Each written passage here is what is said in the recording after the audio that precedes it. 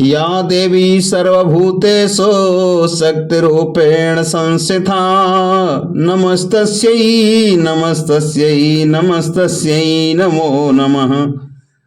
स्वागत है सभी दर्शक साथियों का, सभी भक्तों का आपके अपने YouTube चैनल रामकृष्ण जी शिवम स्टूडियो में। आशा करता हूँ सभी स्वस्थ होंगे और माँ भगवती की कृपा आपके ऊपर हमेशा हमेशा बरसती रहे और आपकी मनोकामना पूर्ण होती रहे, आपके घर में सुख समृद्धि वैभव बढ़ता रहे।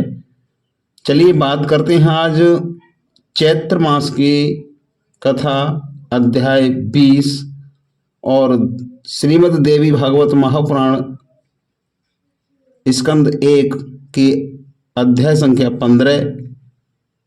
आज की चर्चा है सुखदेव जी का विवाह के लिए अस्वीकार करना तथा व्यास जी का उनसे श्रीमद् देवी भागवत पढ़ने के लिए कहना। इस विषय पर चर्चा करेंगे। इससे पहले मैं आपसे निवेदन करना चाहूँगा कि अभी तक आपने चैनल को सब्सक्राइब नहीं किया हो तो प्लीज़ चैनल को जरूर सब्सक्राइब करें, बेल को प्रेस करके रखें जिससे नोटिफिकेशन सबसे पहले आपको मिले। और आप वीडियो को स्किप करके न देखें, वीडियो को ज़्यादा से ज़्यादा लोगों तक शेयर करें, पुण्य के भागीदार बने। चलिए ज़्यादा समय नहीं लेते हुए प्रारंभ करते हैं। किस प्रकार व्यास जी ने उन्हें बताया, क्या कहा। बहुत ही महत्वपूर्ण कथा है। श्री सुखदेव जी बोले कि हे पिताजी, सर्वदा दुख देने वाले गृहस्थाश्रम में कभी स्वीकार नहीं करूंगा, क्योंकि पशु पक्षियों को फंसाने वाले जाल के समान यह आश्रम सभी मानवों के लिए सदा बंधन स्वरूप है। हे तात, धन धान्य की चिंता में व्याकुल लोगों के लिए सुख कहाँ दिखाई पड़ता है। निर्धन और लोभ के वशीभूत मनुष्य अपने ही परिवारजनों द्वारा सर्वदा कष्ट पाते हैं। इंद्र भी वैसे सुखी नहीं रहते जैसा कि एक सुखी निष्पह भिक्षुक रहता है। तब भला इस संसार में तीनों लोकों का वैभव पाकर भी दूसरा कौन सुखी रह सकता है। किसी तपस्वी को तप करते हुए देख करके स्वर्गलोक के स्वामी इंद्र भी चिंतित हो उठते हैं और उसके तप में अनेक प्रकार के विघ्न करने लग जाते हैं। ब्रह्मा भी सुखी नहीं है और मनोरम लक्ष्मी को पाकर के विष्णु भी सुखी नहीं है। उन्हें भी दैत्यों के साथ युद्ध के द्वारा निरंतर कष्ट सहन करने पड़ते हैं। उन ऐश्वर्यशाली रमापति विष्णु को भी सुख प्राप्ति के लिए अनेक प्रयत्न करने पड़ते हैं और कठोर तपस्या करनी पड़ती है। इस संसार में किसको बहुत सुख है। भगवान शंकर भी सदैव दुखी रहते हैं, ऐसा मैं जानता हूं, क्योंकि मैं सदैव तपस्या करते हुए दैत्यों से युद्ध करते रहते हैं। हे तात, जब धनवान होते हुए भी लोभी मनुष्य कभी भी सुखपूर्वक सो नहीं पाता, तब भला निर्धन मनुष्य कैसे सुख पा सकता है।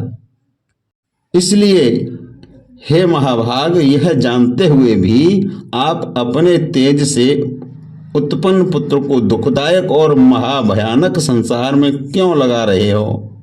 हे पिताजी, जहाँ जन्म में दुख, बुढ़ापे में दुख, मरण में दुख तथा पुनः विष्ठा और मूत्र से भरे हुए गर्भ में दुख सहन करना पड़ता है, उससे भी अधिक दुख तृष्णा लोभ से उत्पन्न होता है। हे मानद, मरने से भी अधिक दुख मांगने में होता है। ब्राह्मण प्रतिग्रह द्वारा धन प्राप्त करते हैं और वे बुद्धि बल का प्रयोग नहीं करते। दूसरों के भरोसे पर रहना परम दुखकर है तथा यह अहर्निश मृत्यु के समान होता है।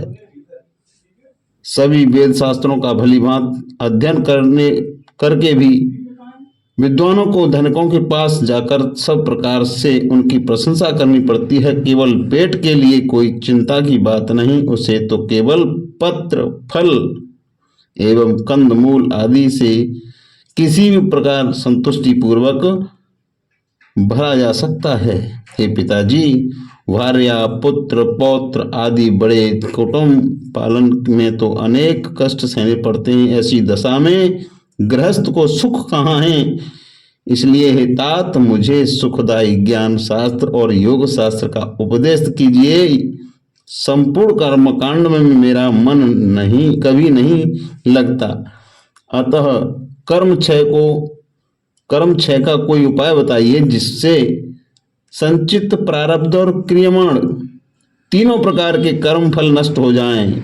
स्त्री जोंक के समान सदा पुरुष का रक्त चूसती रहती है, जिसे बुद्धिहीन मनुष्य उसकी भावपूर्ण चेष्टाओं से मोहित होने के कारण ही नहीं जान पाता। स्त्री अपने संसर्ग से उसके तेज का तथा अपनी वचन चातुरी द्वारा उसके संपूर्ण धन और मन का इस प्रकार सर्वस्व हरण कर लेती है, जिससे बढ़कर के दूसरा कोई चोर नहीं है। इसलिए मेरे विचार से तो मूर्ख मनुष्य ही केवल निंद्रा सुख का नाश करने के लिए स्त्री परिणय करता है। विधाता द्वारा वह दुख के लिए ही ठगा जाता है, सुख के लिए नहीं। सूत जी बोले, इस प्रकार सुखदेव जी की युक्ति ये बातें सुन करके व्यास जी बड़ी चिंता में पड़ गए और वे मन ही मन सोचने लगे कि अब मैं क्या करूं। पश्चाताप उनकी आंखों से दुख के आंसू बहने लगे, शरीर कांपने लगा और मन में गिलानी होने लगी। इस प्रकार शोक करते हुए अपने दीन तथा शोकाकुल पिता को देख करके आश्चर्य से विस्मित नेत्र वाले सुखदेव जी ने अपने पिता व्यास जी से कहा, ओ माया कितनी प्रबल है, जो कि यह वेदांत दर्शन के प्रणेता तथा वेद का सांगोपांग ज्ञान रखने वाले सर्वज्ञ पंडित मेरे पिताजी को भी मोहित कर रही है। न जाने वह कौन सी तथा कैसी अति दुष्कर माया है जो सत्यवती पुत्र विद्वान व्यास जी को भी मोहित कर रही है, जो प्राणों के वक्ता, महाभारत के रचयिता, वेदों के विभाग करता, और वो भी माया जनित मोह को प्राप्त हो गए। इसलिए मैं उन्हीं देवी महामाया की शरण में जाऊं, जो समस्त जगत तथा ब्रह्मा विष्णु महेश आदि को ही मोहित कर लेती है, और दूसरों की बात ही क्या है।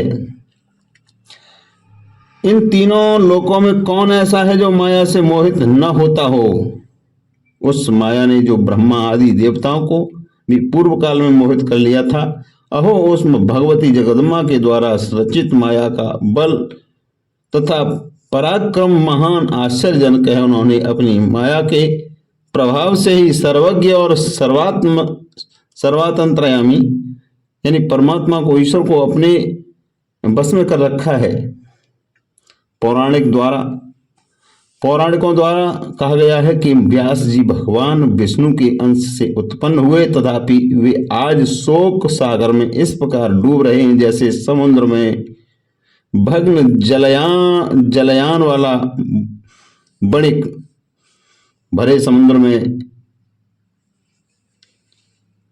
जलयान जो उसका जहाज डूब रहा हो। आज वे माया के वशीभूत एक साधारण व्यक्ति के समान आंसू बहा रहे हैं, और माया बड़ी प्रबल है जिसे बड़े बड़े विद्वान भी नहीं त्याग पाते। व्यास कौन है, मैं कौन हूं, यह सागर क्या वस्तु है और यह कैसा भ्रम है। यह 5 भौतिक शरीर में पिता पुत्र की भावना कहां से आई। यह माया अति प्रबल है, और जो मायावियों को भी मोहित कर देती है, इसके वशीभूत होकर यहाँ द्विज कृष्ण द्वैपायन भी रुदन कर रहे हैं। सूत जी बोले, इन कारणों का एकमात्र कारण सब देवताओं की जननी और तथा ब्रह्मा आदि देवताओं को भी स्वामिनी आदि शक्ति भगवती को मन में स्मरण करके शोक सागर में डूबे हुए अपने दुखी पिता श्री व्यास जी से अरणी पुत्र सुखदेव जी ने इस प्रकार नीति युक्त वचन कहा और कहा, हे पाराशरनंदन, हे महाभाग, आप तो स्वयं सब लोगों को ज्ञान देने वाले हैं। तब हे स्वामी, आप तो ऐसा शोक क्यों कर रहे हैं जैसा कोई अज्ञ साधारण व्यक्ति करता है। हे महाभाग, इस समय मैं आपका पुत्र हूं, परंतु यह कौन जानता है कि पूर्व जन्म में कौन था और आप कौन थे। यह संसार तो महात्माओं के लिए एक भ्रम मात्र है।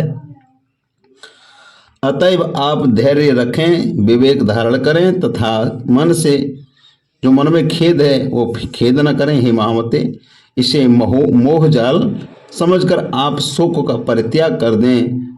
भूख भोजन से मिटती है, पुत्र के देखने से नहीं। प्यास भी जल पीने से मिटती है, केवल पुत्र दर्शन से नहीं। इसी प्रकार सुगंधित पदार्थ से नाक को तथा अच्छी बातों से कानों को एवं स्त्री से विषय सुखों का आनंद मिलता है। मैं आपका पुत्र हूं, बताइए मैं आपके लिए क्या करूं।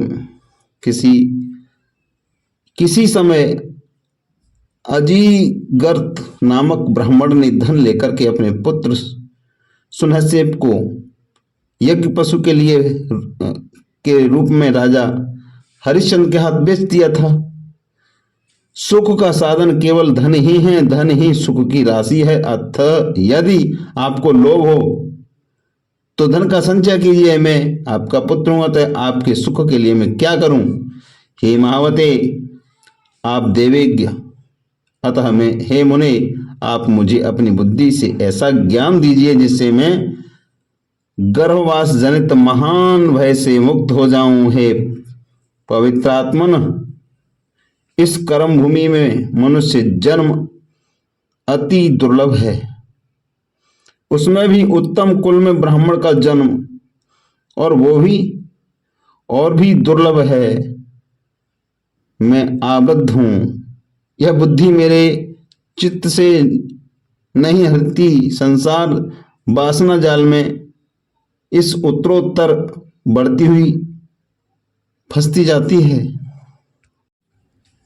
सूत जी बोले, असीम बुद्धि वाले अपने पुत्र सुखदेव जी से ऐसा कहकर व्यास जी शांत हुए और संन्यास आश्रम के लिए उत्सुक मत वाले सुखदेव जी ने कहा, व्यास जी से बोले, हे महाभाग पुत्र, मेरे द्वारा रचित श्रीमद् देवी भागवत पुराण को तुम पढ़ो। वेद तुल्य यह पवित्र पुराण अधिक विस्तृत भी नहीं है, इसमें 12 स्कंद है। यह पुराणों में 5 लक्षणों से युक्त है। मेरे विचार से यह पुराण सभी पुराणों का आभूषण है। हे महावते, जिस भागवत के सुनने मात्र से सत और असत वस्तुओं को यथार्थ ज्ञान हो जाता है, उसे तुम पढ़ो। एक बार महाप्रलय काल में बटपत्र पर शयन करते हुए बाल रूपधारी भगवान विष्णु वहां सोच रहे थे कि किस चिदात्मा ने किस प्रयोजन से और किस द्रव्य से मुझे बाल रूप में उत्पन्न किया है। यह सब विषयों का ज्ञान मुझे कैसे हो, इस प्रकार चिंतन कर रहे थे। महात्मा बालमुकुंद से उन आदिशक्ति भगवती ने संपूर्ण अर्थ का प्रदान करने वाले ज्ञान को आधे ही श्लोक में इस प्रकार कहा कि सर्व खले दमेवाह नान्यदंती सनातन, अर्थात यह सब कुछ मैं ही हूं और दूसरा कोई सनातन नहीं है। यह बात पहले भी भगवान विष्णु के हृदय में उत्पन्न हुई थी, इसलिए अब वे सोचने लगे कि यह सत्य वचन का उच्चारण किसने किया है। यह कहने वाले को मैं कैसे जानूं, वह स्त्री या पुरुष अथवा नपुंसक। ऐसी चिंता वाले भगवान विष्णु ने भागवत को हृदय में धारण किया और उसी श्लोकार्थ में मन लगाए हुए वो बार बार उसका उच्चारण करने लगे।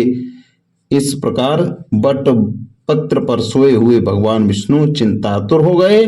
उसी समय शंख चक्र गदा पद्म इन श्रेष्ठ आयुधों को धारण की एक चतुर्भुजा शांत स्वरूपा शांता दिव्य वस्त्राभूषणों से सुशोभित होकर अपने ही समान विभूतियों वाली सखियों सहित प्रादुर्भूत हुई और वे सुंदर मुख वाली भगवती महालक्ष्मी परम तेजस्वी भगवान विष्णु के समक्ष मंद मंद मुस्काती हुई प्रकट हो गई। सूत जी बोले कि इस प्रकार सूत जी समझाते हैं, सूत जी बोले हैं कि उस पार उस अपार प्रलय सागर में बिना अवलंब के स्थित मनोरम रूप वाली उन दिव्य देवी को देख करके भगवान विष्णु बड़े ही विस्मय में पड़े।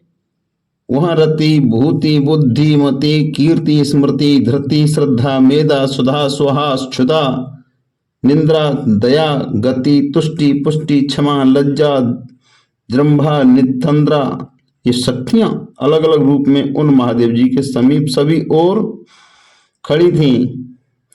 उन महादेवी के चारों ओर खड़ी थीं। वे सभी श्रेष्ठ आयु धारण किए हुए थीं, नाना प्रकार के आभूषणों से विभूषित थीं तथा उनके हृदय पर मंदार की मालाएं और मोतियों के हार सुशोभित हो रहे थे। उन भगवती महालक्ष्मी तथा सभी अन्य सखियों को उस प्रलय सागर के जल पे उपस्थित देखकर के भगवान विष्णु के मन में बड़ा विस्मय हुआ। इस प्रकार भगवती की माया देखकर के अति चकित सर्वात्मा भगवान विष्णु सोचने लगे कि ये देवियां कहाँ से आई हैं, मैं वट वृक्ष के पत्ते पर कैसे आ गया, इस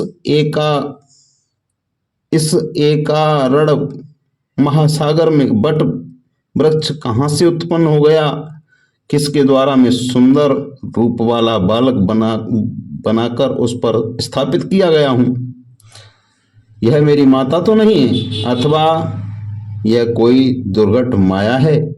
किसने और किस कारण मुझे इस समय दर्शन दिए हैं। अब मैं इस विषय में क्या कहूं।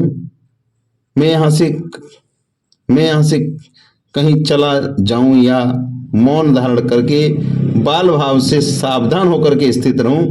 तो ये कथा आज विराम यहीं पे लेती है। मिलते हैं कल की कथा के साथ।